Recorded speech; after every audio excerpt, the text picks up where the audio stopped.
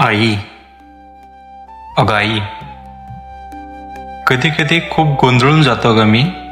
लोकांवर विश्वास ठेवावा की स्वतःला जपावा. आधी सगळं किती सोपं होतं ना.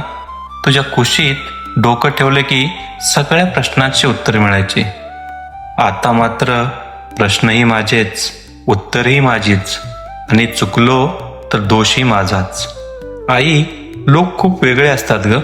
समोर हसतात, आतून मात्र आपल्यालाच तोडत असतात. आपल्या भावना, आपली कमजोरी सगळं लक्षात ठेवतात आणि वेळ आली की त्याचाच वापर आपल्या विरुद्ध करतात.